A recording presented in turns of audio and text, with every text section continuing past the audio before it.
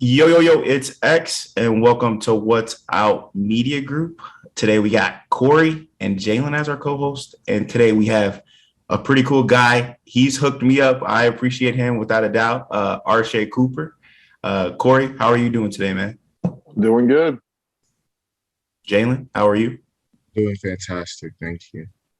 And Arshay, how are you doing, man? Good, man. It's Sunday morning, so easy day.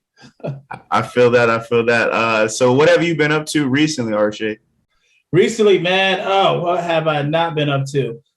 It's been good, man. I'm running this occlusion fund, and I know we'll talk about that a little bit later, but from September till December, we introduced over 2,000 kids to the sport of rowing, which is insane. We've been on the ground running. I am working on a second book. Not a lot of people know that, so it's now which is awesome. It's more of a motivation book and on how to use the tools you learn from sports in your everyday life, in your community, your career, with your family. So excited for that. And just been doing a lot of motivational speaking, man. Very nice, very nice. So we'll get it started. I've got the first question. What was your upbringing like, and what was Chicago like at the time of your upbringing? Yeah, so grew up in the 80s, 90s in Chicago. It's definitely, a lot of people hear about the things that happen in Chicago. And for me, I grew up in a neighborhood that you hear about, right? A community that, that I would say that the talent is everywhere, but the access and opportunity is not, right? And when the opportunity presents itself, there's so many systemic obstacles. Sometimes it's hard to follow through. And I think it's because of some of the trauma that we faced growing up in Chicago. I heard gunshots when I slept all the time. I've skipped over pools of blood. I've ran for my life. I got chased a lot, and I lost a lot of friends and teammates. And and so when you go to school and you have 30 other kids in your classroom that face the same thing, math, reading, that stuff is out the door. You know what I mean? Because you're thinking about survival, right? And sometimes, we want change and we want impact, but there's no resources to it. I mean, 800 kids and one social worker in the school, right? And I think that just to break it down a little bit more, whenever there's a mass shooting at a suburban school, right away they send in trauma counselors, which they should, to help you unsee what you saw. But we saw it every day and there was no one, right? And I think that's kind of the picture of where I grew up. But it didn't really start there. The trauma started many years ago in Chicago. A lot of families left the South, especially my grandmother, because her friend was hung on the tree, right? Because of lynching, a lot of families went from Mississippi to Chicago and faced a lot of that kind of trauma due to segregation and racism and never had resources for that. And so my mom would explain, I lost my mother to her trauma. And my mom went looking for love and on the wrong places. And then, and so those generational issues and structural limitations, I think, destroy so much unity that was once there in our community. Right. And that's something that like a lot of people don't really think about is that, if your loved ones, if your, relatives, your parents, your grandparents, if they don't address their issues, it's going to come back. It's going to continue to come back generation after generation until it's like, there has to be some type of, resolution of some sort. So. Absolutely. I do have a quick question. How were you able to navigate living in gang territories yourself while dealing with everything while going to school? Yeah, man, that's a great question. I think for me, I was able to, honestly, because my brothers were in gangs and my uncle was a gang leader. And, because of that, I didn't have to.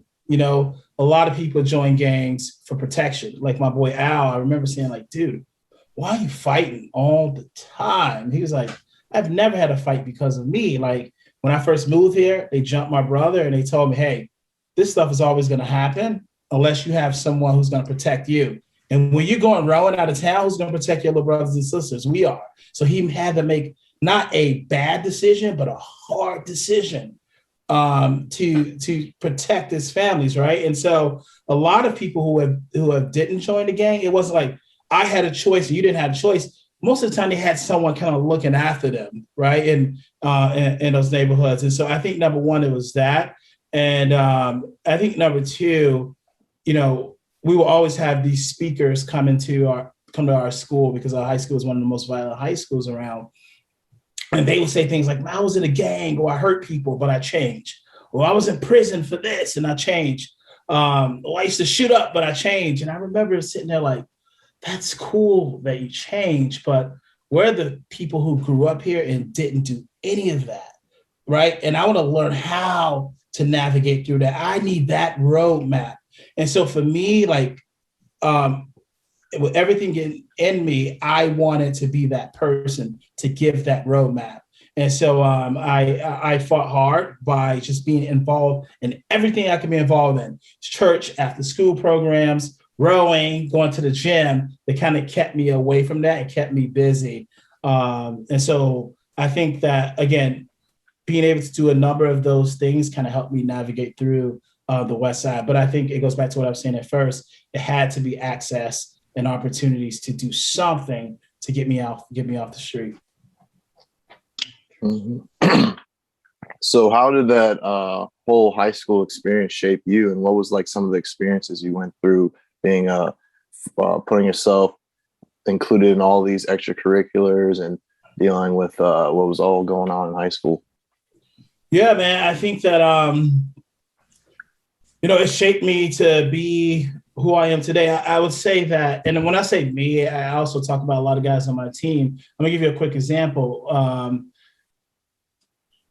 The YMCA, and they talk about this in the film, in the barbershop scene, the YMCA that everyone went to, maybe like 150 kids from the neighborhood. Everyone would go there. That's where the coaches were, the counselors were, like mentors. And it closed down because of funding. And so you had 150 kids that had a place to be safe and kind of stay out of trouble there. And then it closed down. And then you have 150 kids out in the street, right? I don't care if you're in a Black neighborhood, Asian neighborhood, Latino, white neighborhood. If it's 150 kids with nothing to do, some stuff is going to happen. You know what I mean? You're going to find something crazy to do. And so that's when one of my friends said, hey, man, when that happened, I ran to the streets. Like there was these guys there that was making money. And they said, I value your first gold chain, or I value this. And then rowing came to our school. And then he started rowing, right? And then kind of left that street life.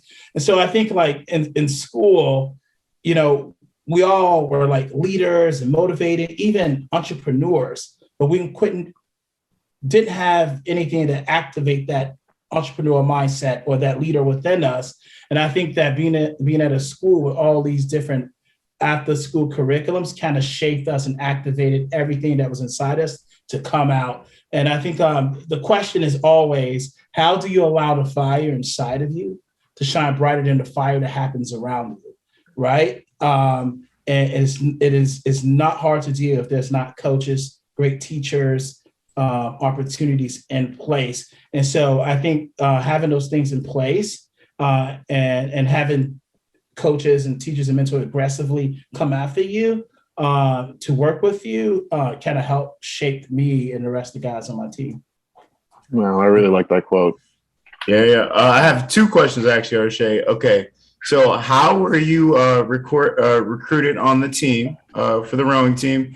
And secondly, did rowing help with you and your teammates' entrepreneurial experiences? And it sounds like you've already answered that, but like I would love for you to go in further in that. Yeah, man. I walked in the lunchroom one day and I seen this boat and I was like, what the hell is that? You know, a boat in the lunchroom. And this little white lady came up to me and said, "Hey, would you join the crew team?" I'm like, crew, you know, like like in Chicago, anyone asks you to join a crew, turn around, run the other way as fast as you can. And there was so many crews. This white lady started a crew. Like, what are you talking about, woman? And so behind the boat, they were showing the Olympic Games, and it looked like an opportunity, but no one on the screen looked like me or reflect the world I was used to. So I was like, hell no. You know what I mean? And I kind of walked away and I was like, we don't even swim. Like what is this? You know what I'm saying? Nobody signed up. And then the next day when I went to the gym room, it was a long line of people signing up. And I was like, what? And it was like, hey, sign up, you get free Chicago pizza. So I'm like, oh, okay. You know, this is crazy. This is a setup. You know what I mean? And you know how guys was like, man, there's people in lunch like, this is how the white people kill us. You know what I mean? Like, this is how they're gonna take us out through the water. You know what I mean? Like, it was insane. But you know, it was the pizza, and so we went upstairs to the info session after school. And I think what really kind of got my attention, number one, was like seeing a Black coach, right, that was there. Victor, and he was a strength and conditioning coach. Didn't quite know rowing, but he knew the community and he knew what it was like to be an athlete, right? And so I think the founder made a good decision on that. And I think it showed my parents that, okay, from the South, that we would be protected in this white space where no one looks like us because we have someone who will advocate for us. So the importance of representation was like key.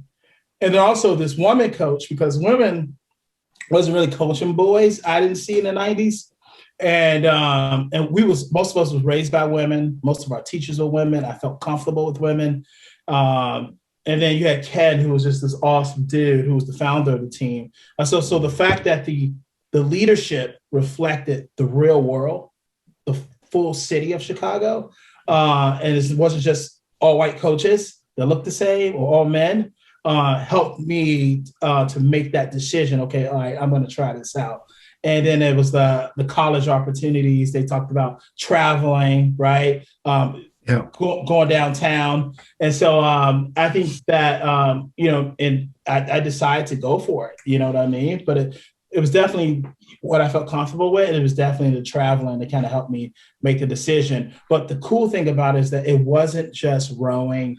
It was rowing in entrepreneurship. So we had to buy in to the entrepreneurship classes. You know what I mean? Sometimes people start a program in a Black neighborhood and they say, hey, let's do this sport and tutoring. But the coach was like, I don't even know if these guys need tutoring. They want to make money. They want to, start. I feel like we want to teach them how to start businesses and invest in their community and learn about the community and what's needed and resources and, and all those different things. And so with rowing and entrepreneurship, that was like the two things that worked for us because number one, both teach you how to go after it, right? It's all about work ethic. It's all about team. And it's all about taking risk and being a leader. And so both of those things really worked for us. Interesting. Arshay, you'd actually enjoy this. So Jaylen and I, we were actually in this entrepreneurship club in middle school. And this is prior to us finding out about rowing. Then later on, we became rowers. So we've always had like this, like, we've always wanted to be like entrepreneurs ourselves. But we also, when we found the sport of rowing, we found the same type of drive that we had in this like club in rowing. So it's really cool. I had no idea that your team had an entrepreneurial aspect to it as well. That's really cool. Yeah, cool. Side note, I have to say that we was at a conference like 4 years ago. It was the U.S. Rowing Conference. And I was talking about that story with one of the coaches from our team. And one guy was like, cool story, but how many of those guys went on to be Olympic rowers or like, and he was, the coach was like, what? He was like, tell you, like, more than 90% of those guys are entrepreneurs and own their own company. Like that was kind of the goal, right? And we was able to accomplish that. Very solid, very solid. So what was your favorite experience on the team? Yeah, man, I had a lot. I'll tell you at first, in the 90s, they carry around boombox, right? And so we were kind of like, if you saw from the film, we was like, we're not wearing the unis, right? We're going to have our own style. there was different styles coming out all the time. And I think it was the culture that we kind of brought to our city first. Like for example, we was like, we're gonna wear goggles, right? Because if the boat flip, we kind of know where we're going, right? But when we was rowing, we had the goggles on. We had the goggles on our head, and we would crack it. If people who were GDEs in the boat, from different game, they would cock it to the right, and the other guys that was like vice lords would shake their goggles to the left. And if you look at the Tribune photos that we had, that's online somewhere, you'll see that. And I tell you, it's so funny. Like it was for safety, but 2 weeks later, we show up at the boathouse, and all these white kids from the private schools who shared the boathouse had goggles on their head. No idea. They just had it turned, and we was like, oh my, like, you know what I mean? Like, what's happening here? And so like that, it was the 90s. We would bring a boombox to the regatta, and I tell you, our first regatta, like it was like our coaches was building the airplane in the air. Like there was no blueprint. They was just doing stuff, right? And they didn't really tell us no rules. And we went to the regatta, and there was tents. And so whenever there was tents in our neighborhood, it was a festival, and it was free food. So we go, and we got our basketball shorts, our cutoff sleeve t-shirts, and so there's food. So we would go to a tent, and we start eating. But these people were looking at us, and they never said anything. I don't know if they was like scared, or you know what I'm saying, like, oh, the poor kids need to eat. And so because they never said nothing, it's like, let's go to the other tent. And so we would go hop these tents, right, eating food, but no one would say anything. And I think it was either like they were scared, or it was like, these poor kids need to eat. I don't know what it was, but it took a while for us to realize that, and we didn't have our own tent. We didn't have no tent at all, so that was hilarious, man. Like, and so I would say, like, we did enjoy laughing. There was some fun things about it. You know what I mean? It was new, and some of the guys was like, let's hit on some of these college girls out here. It was, but I think when we received our first loss is when we kind of got serious. We ran into a brick wall. Okay. Yeah, it was bad, and we were like, oh, we gotta get it together. You know what I'm saying? But I think that after that, I think it was more of like the lessons from the sport that really made an impact on our life. Like, number one, leaving the boathouse better than you found it, right? And I'm like, I didn't make the mess. I got to leave it better than I found it. And the coach was like, yeah, even if you didn't make the mess. Why? Because it makes it easier for the next group to come in. And it's your boathouse. And for me and my team, what that meant is like, how do I leave the classroom? How do I leave my family? How do I leave my community better than I found it? How do I leave this country better than I found it, even if I didn't make the mess? Because it makes it easier for the next generation.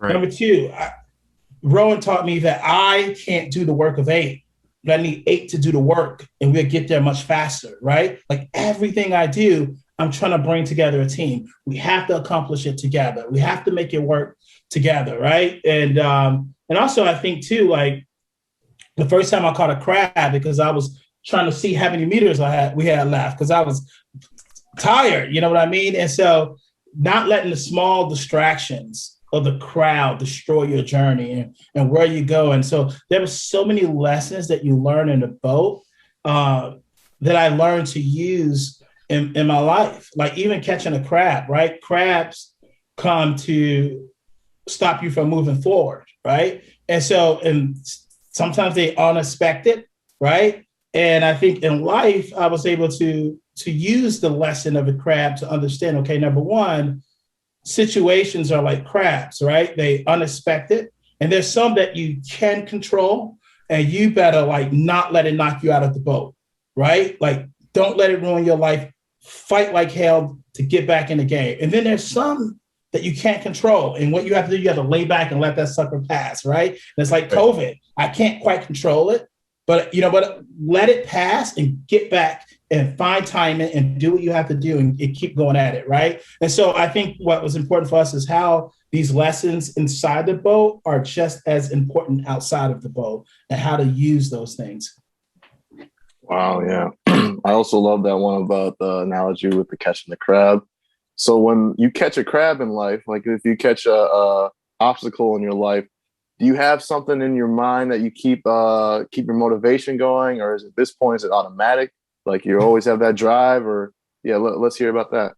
Yeah, I think that, There's a few things that I have in my mind. I think it's I realize like sometimes people who catch crabs a lot are like thinking, I better not catch a crab.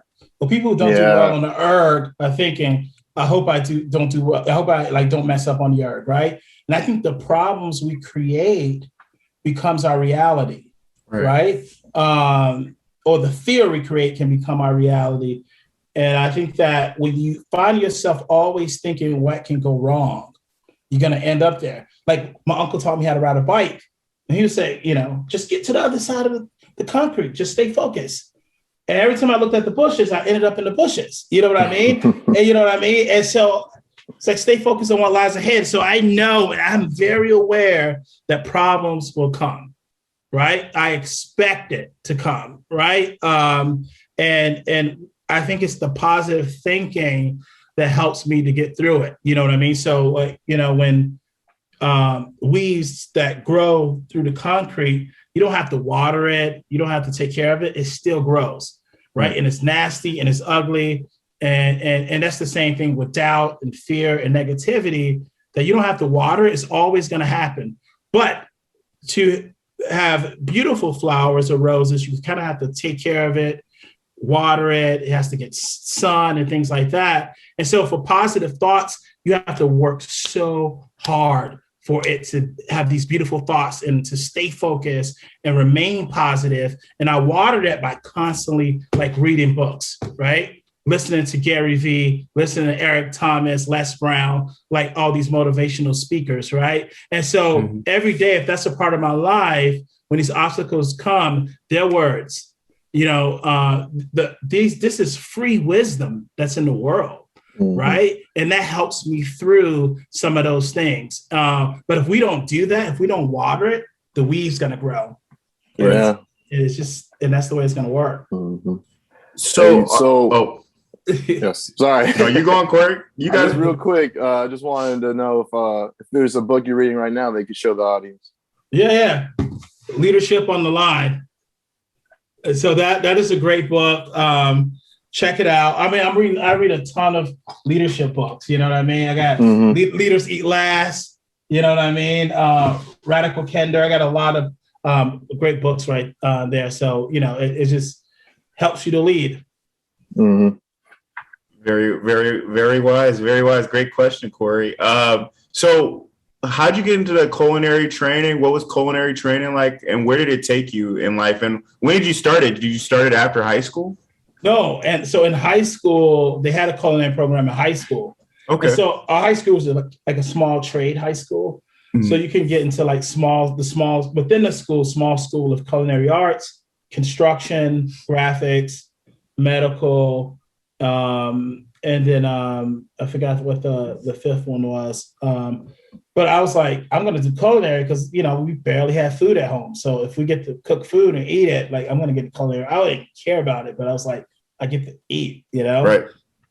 And so we had class like twice a week and I learned it. I was just really good at it. You know what I mean? I enjoyed it and started doing the competitions by my junior year in high school. I started interning at restaurants in high school. And so the dream was to go to Le Cordon Bleu and be like a celebrity chef. And so after high school, I dedicated a year of my life to AmeriCorps, and I went to culinary school. And it was awesome, man. I worked at some of the best restaurants, but I think the dream job I got was right after culinary arts. I heard that the WWE was hiring. And so a friend was like, hey, you should go check it out. And I was like, man, there's no way I'm going to get this job. You know what I mean? Like, I'm young, you know, that kind of thing. But I went to the interview anyway, and I kind of just told my story. And 2 days later, Bobby calls me and say, you have the dream job. And I was like, man, what? Like, how did I get the job? You know what I'm saying? Right. And, you know, what he said was, because of what you've done as a high school student, interning, working for free when you needed money, when your family needed money, right? The hustle, being part of a non-traditional sport where there was no fame and no popularity, because of what you did as a 15, 16, 17-year-old kid is the reason why you have the dream job today.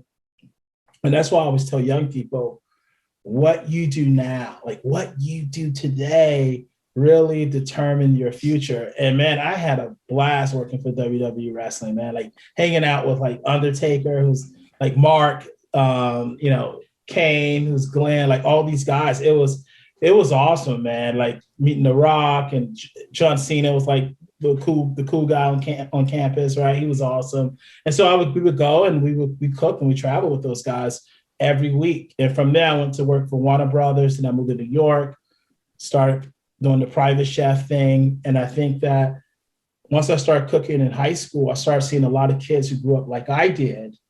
And then that's when I was like, man, these kids need a way, right? And rowing was my way. And I want to go back to the sport. So I started writing on how the sport and how the sport was my way out. And it pushed me back into the sport.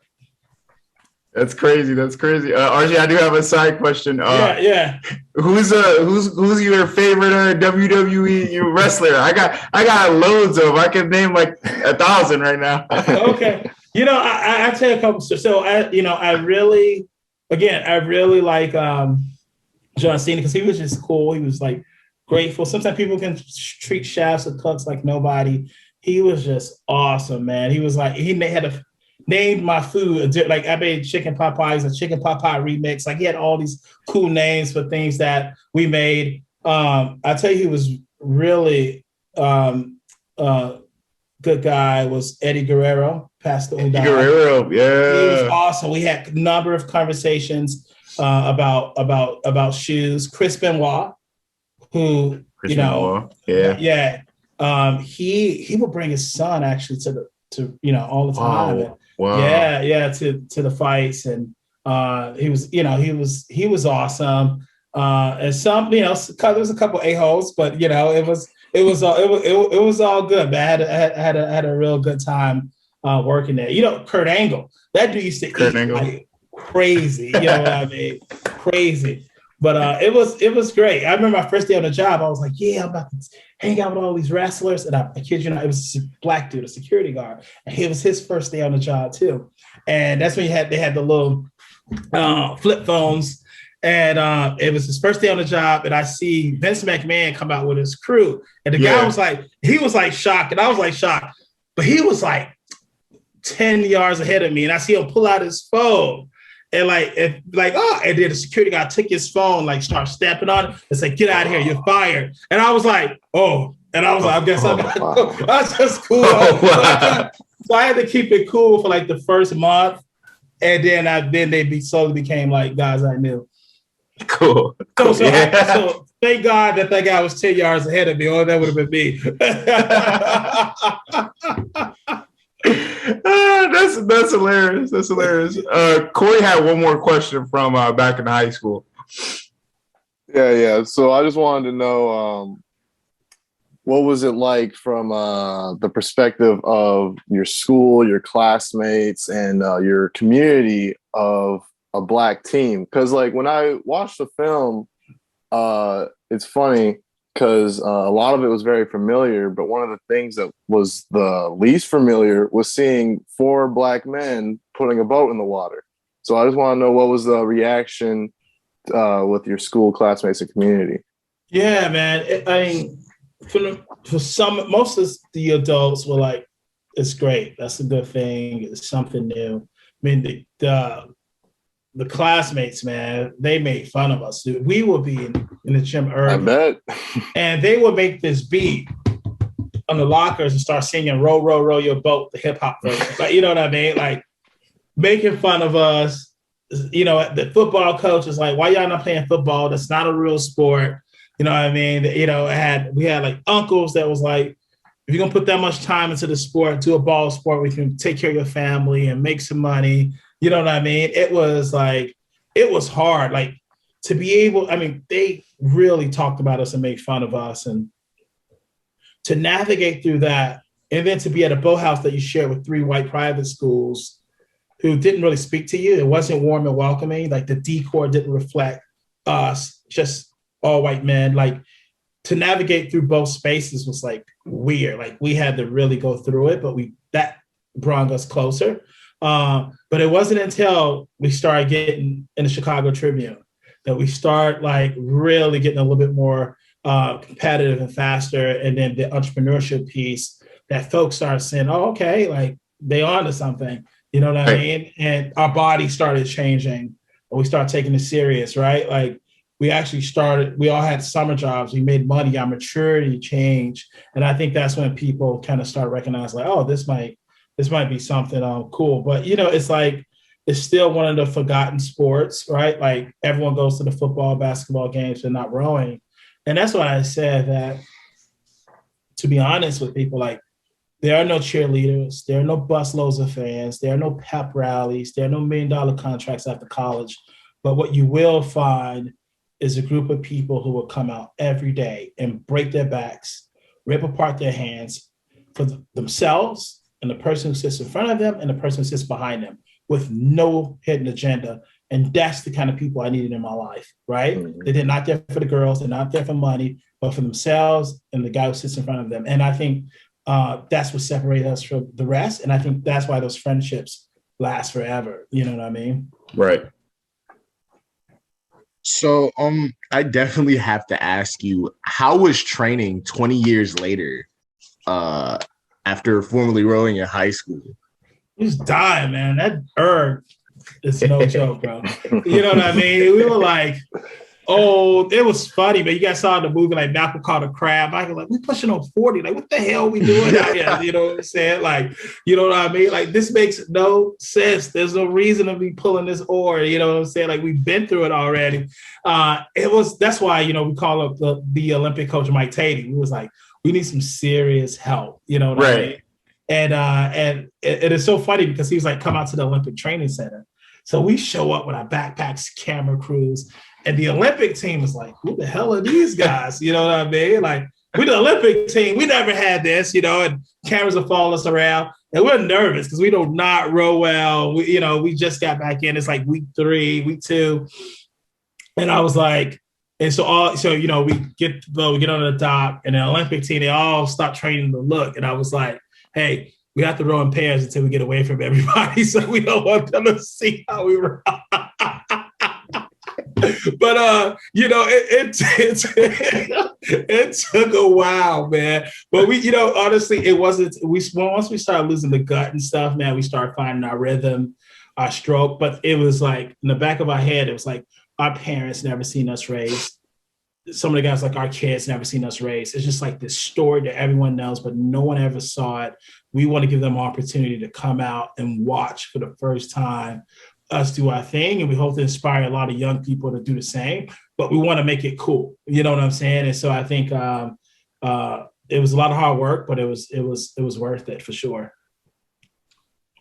So Arshay, what gave you the idea to write your first book, Sugar Water? Like, I know you said you were by that time you were a chef in New York. What gave you the idea to write the book? Yeah. I have to say, it's awesome talking to young Black men who have rowed before.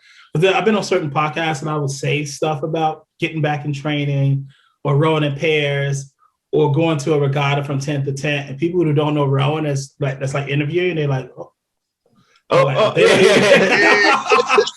don't even get, like, it's like speaking a different language, bro. Right. So it's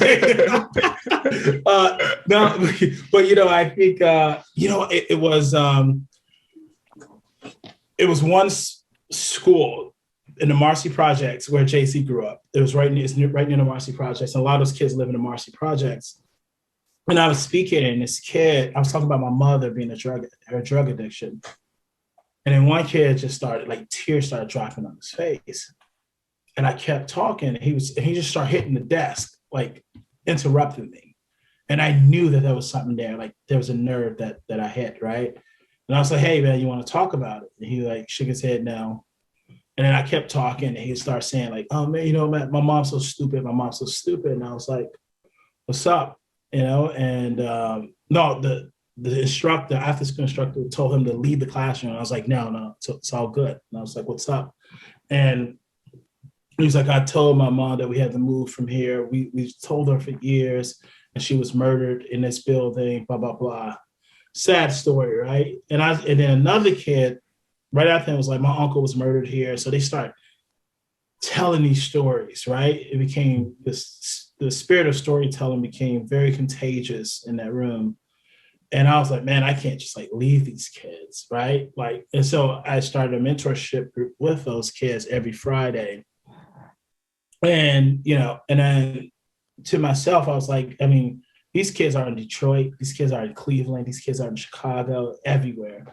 And I wanted to put this story out in the world in a way that they can understand, like, how do you stay clean in an environment where this kind of stuff happens, right? I got the roadmap. Rowan gave me the roadmap, and I wanted to share it. And I also wanted to give folks who don't know these communities, who goes to the news or the newspaper to read about communities that we grew up in and judge the communities. I want to give them an opportunity to unlearn some of the things that they learned, that these kids were in places like the YMCA, in those places lose funding all the time, right?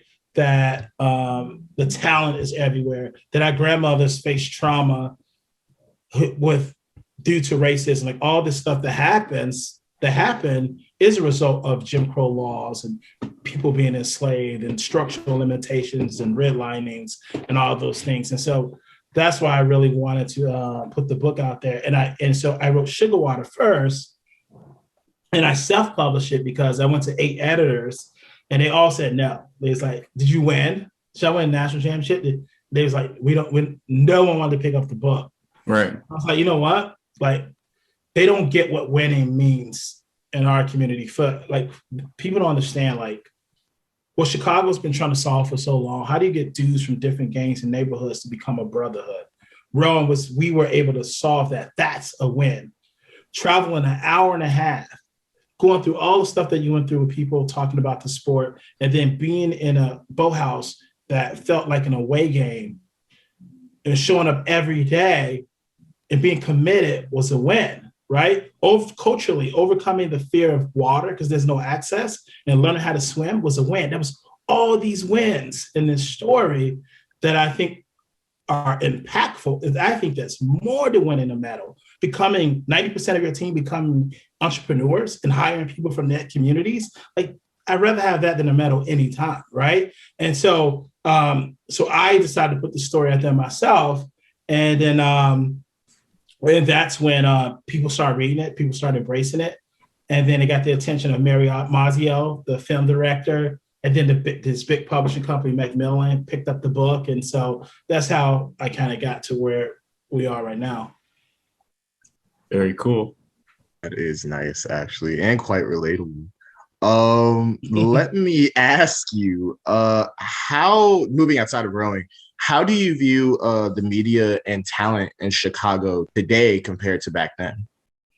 Yeah, you know, I think that you put me on the spot, man. I think that, you know, I would say first, like, the talent is it's the same. I think the world changed. I remember things back in the days used to be by decades. In the 60s, we did this. In the 70s, we did this. In the 80s. And now everything changes like every year, right? And the talent and things are moving so fast that you can't really relate to one specific gifting or talent or style like you did in the 90s, 80s, 60s, and 70s, right? But I think everyone is still so talented, but people are changing with the world. I think when it comes to, like, just say talent, like music or something like that, I think we're starting to get back, especially after George Floyd's murder. It was a lot of conscious stuff and like real life, what it was like growing here. And then somehow in the last 5 years, it was like things change, but we started to get back to people talking about real issues in their music and things like that. But I think that from where we are now, then to now, when it comes to like media and all that stuff, it's still the same, but now everyone has access to give their narrative, right? And we're hearing so many different things, but I think that a lot of the roots, a lot of the same. It's just like different outlets, and now we're hearing from more folks. For sure. Arshay, what's your favorite coaching / mentoring experience thus far? Because you got a lot. I mean, you got a lot of experience already. Yeah, I think for me, it's I use this principle at work every day, but I think when I was speaking in Harlem, like I don't know, 3 years ago, it was all young Black men, sixth graders, and I asked all of them, "What's your dream?" One by one, and one kid was like, "To eat at Chipotle." Everyone started laughing, and you could tell he was so serious. I mean, when I was young, if Chipotle wasn't around, there was no way we would have been able to afford Chipotle. Right. I got a little money, and I'm still second guessing buying guacamole most times. You know what I mean? $3 for that. You know what I mean? But it touched my heart when he said that. And the school counselor, I was like, "Here's $20. We have to make sure he eats at Chipotle." I said, because if we can eliminate the small dream, there's room for bigger dreams. There's room for more dreams. And my only dream was to go downtown Chicago. I'm already 14, 15, 6 miles away, never been down there. I just wanted to go down there and started rowing. I go downtown. I'm like, oh, crap, this is nice. We got to go out of town, right? Right. We go to Wisconsin, University of Wisconsin for a day trip. I was like, we need an overnight trip. And so every time a small dream was eliminated, there was room for bigger dreams, right? And so I think the mentorship that I've received, that I give, is almost like this Sweet 16 bracket. Like, what are the small dreams? And we want to eliminate those dreams until you're living in your mission, in your championship rounds, right? And I think it is really that simple, right? And I think they talk about in one of those world records books that a dude ate a bicycle. I don't know if you guys, you know what I mean? Yeah, on Guinness. Yeah. And it's like, how do you eat a bicycle? And he like melted the pieces down so they were so small that he was able to eat it, right? And there's big dreams, but if you make it small enough, right, it's easy to eliminate, it's easy to accomplish, it's easier to get it done, right? And that's what it's all about. And so the mentorship is like focusing on the day by day, the week, the month, right? And not necessarily I want to take over the world one day. No, I never thought like, oh, I'm going to introduce 2,000 kids to the sport or even more, and it's going to be awesome. No, if I can just get this book out, kids will hear it, right? Now, if it can just become a film, more people can see it, right? And if they see it, they buy into it, right? And we can raise the money to introduce more Arshays to the sport, right? And so that's the kind of mentorship that was perfect for me and that and we all need to give to others. Very nice. Very nice. Mm-hmm. So what was a choice that defined you today that you'll never forget? A regret, my fault. Regret. I'm sorry, say that again. Yeah, what is a choice that defined you, a choice that defined you that you'll never regret? Yeah, I think that's a great question. I think wow, so many. I'm going to be honest on this. I think that so I talked about the boathouse, right, that we share with 3 private schools. And we had this, I noticed that things were very different from the way we were treated to the way they were treated. For example, there was a gas station down the street from the boathouse. And for my team, we had to go in one at a time because they thought if we go in a group, they would steal. But those guys were able to go in as a group, right? And there were so many things that we acknowledged the privilege that they had, and then the way people talk to them, and then the way people talk to us. And for that, it made me kind of envy them, right? These kids. But they practiced, they showed up. They never personally did anything. They just never spoke. We never spoke to them. And we had a volunteer day on the South Side, building a new boathouse on the South Side. And I think in my head, I was like, you know what? I'm just going to go talk to these dudes. And I think, and just say what's up. And I remember walking over there and Josh was like, what's happening? Don't go over, you know what I mean?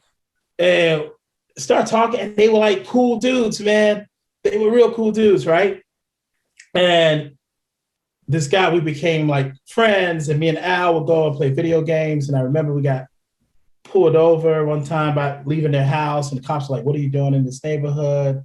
And I remember at the boathouse asking them, "Does this happen to you?" And he was like, "No." And I realized that really, like, we're living in a different America, right? Like, I passed the Constitution test. I do what I have to do. I say the Pledge of Allegiance to the flag. I go to a baseball game. I sung the national anthem, but still, like, they live in a different, I do all the same things they do, but I'm treated differently than them, right? And I think that when I had that uncomfortable conversation with them about that, it changed things for them, right? And I think that in the world today, people say to me, Arshay, like, you going to start all Black teams. That's cool that you start all these all Black teams. And I was like, well, that's not kind of really what I do, right? I just make sure that every team reflects diversity in the city, right? And if a team is all Black in high school, that's what it is. But I think when the world changes when you start interacting with folks, right, who don't look like you, right? I think that if it's separate, how do we have these conversations? Like you saw in the film, like with the cops, right? The cops, like, yeah. Mm-hmm. You know, I was stressing out, like, man, should I do this or should I not do this? But I remember telling the guys, I was like, as a teacher, you will always forget some of your students, but as a student, you never forget your teacher. We have an opportunity to be a teacher. We protest, I protest, but tomorrow morning, they still work on our block, right? And they're still interacting with your teenagers, right? So let's take them to the place where we didn't get along at first and see what happens. The decision wasn't based on just building bridges. It was based on what we knew, and that was to survive, to keep people safe, that if they learn their names, maybe something happened. But it was really to have an uncomfortable conversation, because that didn't happen in protests. And so when we taught them something, when we became the teachers and when we had their ear open, that's when we had conversations like, man, why did this happen? Why did that happen? Why did it happen? And we saw that it changed some things, right? And so I think that making a decision to kind of step out of myself and do things that is uncomfortable. We all know as rowers, like, the erg is not comfortable. Being in that boat is not comfortable. Anything that you want to accomplish in sports, you have to be courageous and uncomfortable the whole time to get the results. And uncomfortable conversations, right? And courageous conversations is a start of getting those results, right? And so I think looking back when I was young and having those conversations with them so they can get it, and then doing it when I was older so those guys can get it, that, you know, about these structural limitations in a community that was built on trauma because of the history of this country. And what I decided to do very differently is that I'm going to always call people out, but I'm going to call them in first and then call them out. And I think that making a decision to do that, and it's not an easy thing to do, is something I don't regret doing. Very nice, very nice. Hey, Jaylen or Cory, if you guys have any last questions, I'm going to ask them the final question, but if you guys have any last questions, please let them know. Yeah, I gotta ask, how was it working with Common, Wade, and Grant Hill on The Most Beautiful Thing? Oh man, it was dope. Well, you know, we didn't have a lot of interaction with Wade. You know, he's busy, you know, but, you know, I think, first of all, working with Common was like, he's a Chicago hero, you know, and I met him in the studio when he was doing the voiceover, and he was like so interesting, like, was Manly really like that? Like, what's happening in the neighborhood, blah, blah, blah. And he was just so invested in the project, and it was cool because he was like, man, like, the water is so beautiful. The way y'all explain it, the way it brought hope and peace and the change. He was like, man, that is just, and I was like, oh, man, you should get on the water with us. And he was like, I don't do the water, man. I don't do the water. You know what I mean? I was like, dude, you was taking me there. You know what I'm saying? You know what I mean? And I'll say Grant Hill has been like the number one, like, he's been the number one supporter, man. He shows up, he chats. I mean, like, to be a kid growing up in the 90s and then having Grant Hill's phone number. You know what I mean? They'd Yeah. be like, hey, Grant, check this out. You know what I mean? Like, that's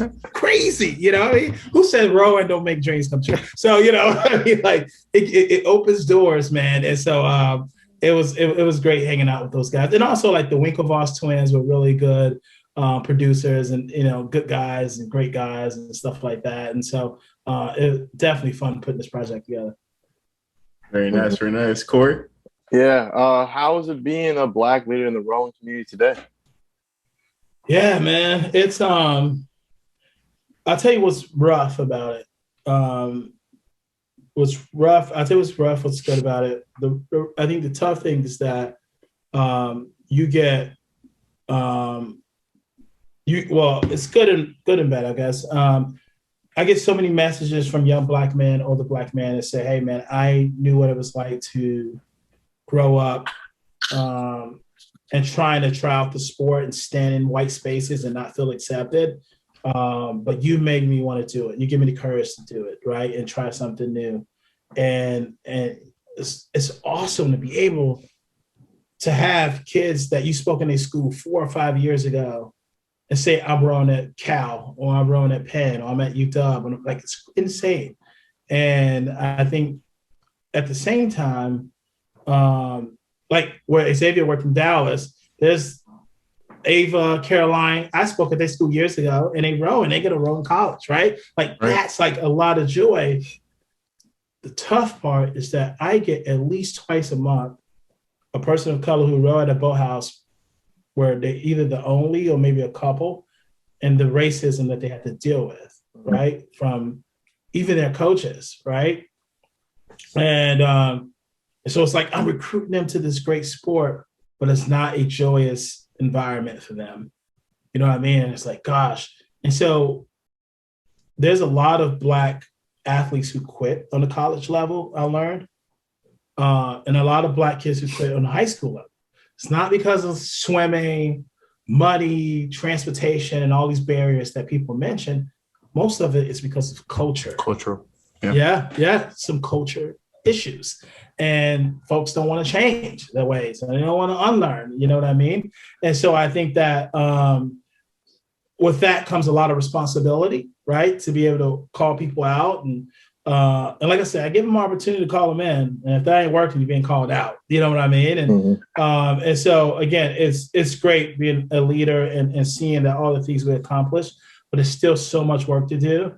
And we need more young people like you guys who've been a part of the sport that says it's rowing teaches you to act beyond yourself and everything we learn and we have to go through to give it back to those who are going through it, because we need more representation on the Olympic and national team level. The history of sports tells us that no sport has totally reached its goal without the power of representation, right? And the only way we're going to be able to do that, so our talent can stick through high school and through college and now, because it's getting diverse on the high school level, but on the national team level, is that we got to really shift our energy on working on the culture of the sport. I know one thing for me that was probably a barrier, like to be on that, like, you know, junior national level, all that is the camps, like the summer camps. So those costs were like astronomical. You get what I'm saying? That those used to be like, oh yeah, like I got the ERG scores. I got whatever, you know, physically, you know, that was probably a big thing for me, but that's just a side thing. But yeah, no, that's true. And we worked on it. You know, like last year there was 80 people at the color at those camps, because that was another, and we started, you know, and the price is ridiculous, you know, and so, and that's why we started the fund, right, to be able to help support those things. And that is actually the transition to the last question, Arshay. Tell us about the most beautiful thing, Inclusion Fund.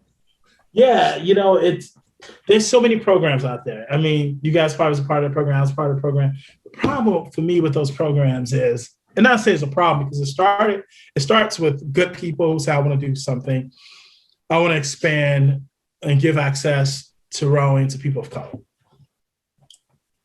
The problem that I see in these organizations, the same problem I see in this country with people of color. You are given less and expect to perform in the same manner as everyone else, right? some people will look at those clubs and say, oh, it's a nice club, but they're not fast. It's not that they're not fast because they're not talented. They're given the oldest boats that anyone can find, the most novice coaches, less days to practice. You can't go to any of the camps that everyone else is going to, right? And you expect them to perform in the same manner as everyone else. And so for me, I wanted to solve with this fund. We're not starting programs. We are supporting programs that exist that have mostly people of color, and we're going to solve the equity issue, right? We're going to give them new boats. They're all going to get a speed coach training, make sure they have Mike Tatey and other coaches working with them. They're going to get more ERGs. They're going to get money towards academic support and the best ACT prep they can find, towards out-of-town regattas, right? And we pay for a coach of color because their representation is so important. So everything I felt like we was missing, we want to address, right? Equality says everyone rose, and that's the mentality that everyone had, but there was no equity in that. And so equity is like, we understand that certain boathouses have different circumstances, and we're going to level the playing field so they can have all the tools they want so they can properly compete with everyone else. So equity is about results, you know what I mean? And so that's what we use the fund to do, is to solve some of those issues in some of the existing boathouses, right? And they have access to talk to coaches. And it's not like a check in a box, we need kids of color here, blah, blah, blah. Like that's kind of why we decided to put this fund out there to work on those specific things. Very nice, very nice. So Arshay, our team is one out of two public school teams in the state of Ohio, and I think it might have been one. I think nowadays it is one. I think the other public school turned into a club, but we had no funding. The best boat we had was from '89, and it was 2014, 2015. So yeah, like that changes the game, because when I got to college, that was the first time I ever been in a Hudson. That's the first time I ever been in like a boat that was past, the year of like 2012 or something like that. I don't even know. And yeah, I mean, that makes a huge impact. And yeah, it does provide equity within the sport. So yeah, man, like how do you like expect kids to win? They take a stroke and then they run with the riggers in the water too. Right. You know what I mean? Like, come on, man, are you serious, bro? Like, look at the chain on this concept too, man. It's like not even steady, bro. Like, look at this coach. This coach, he's young, he's nice. He knows basketball, but he just graduated college. Not to say nothing wrong with that, but like, yeah. These guys, coaches are Olympic coaches. Like, come on, man, solve the equity issue. Stop messing around with us, man. And so another crazy part of that, the clubs that we like had in our boathouse, every year they get brand new boats, and we would just be like, oh, that's so nice. Oh, you got it. And then like they would just get rid of the other boats. We don't know where the other boats went. It just oh man. Yeah, man, it's crazy out here. So yeah, that's what it's all about. Arshay, we appreciate it. You guys have any last questions? Because I'm gonna give him his plug opportunity to plug whatever he needs to. I'll go ahead and ask, what's like some things you had to stress to be represented in the movie, and anything that you had to fight for, like any messages or any and things you just really, really wanted to be in the movie or get your point across to like the audience.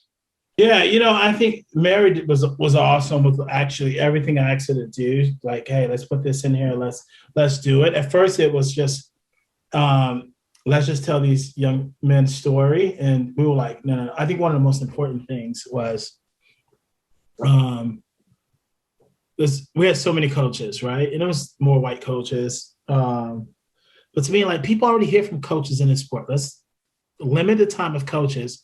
And let's bring the moms in. Let's hear from the moms, the mothers of these kids. You know what I mean? That's had to navigate through their space and white space, right? I think that was something that I thought was key and awesome. And the importance of these Black fathers teaching their Black kids how to row. Like, the importance of that, right? And so those are some of the things that wasn't quite there yet that, you know, we advocated for, and it was awesome, right? To put that into play. Right. I have to ask, do you and your original teammates still talk to this day? Yeah, man, we talk all the time. We hang out, we chill, yeah, man, we're close. I think, you know, we first started, right? Again, like I said, we didn't get along, right? There's another group of guys that, you know, we cool with, but wasn't too close with. But I think that those guys that you saw in the boat and in the movie, we just had a Zoom like last week. Like we're always chatting. Yeah, we're pretty tight. All right, Arshay, you got any shout outs? You want to shout out the family? You want to shout out whatever? You got anything coming up? What would you like to shout out? What's your plug? Just shout out to the AMBTIF, the fund. Shout out to the Black Olympians. We only have 5, right? Anita and Nikhil and David and Alex and Patricia that's on my committee, and always shouting them out. Hopefully 2028 in LA, we can get more out there representing. Let's go. Let's go. Shout out to Chicago, my city. Shout out to you guys. Shout out to the Bulls, who's number 2, number 1 with Brooklyn. And, you know, I mean, so Cleveland right behind there. Cleveland right behind. Shout out to them, man. So, no, man, that's pretty much it. You know, if you haven't read the book, read the book. It's a lot more details than what you will see in the film. And, you know, if you haven't watched the movie, Amazon Prime, check it out. So peace. Follow me on Insta, and we'll catch up soon. Hey, thanks for your time, Arshay. Thank you. We appreciate it. Appreciate it, man. It's been What's Out. Oh, were you going to say something? No. Oh, it's been What's Out, and peace out. We out.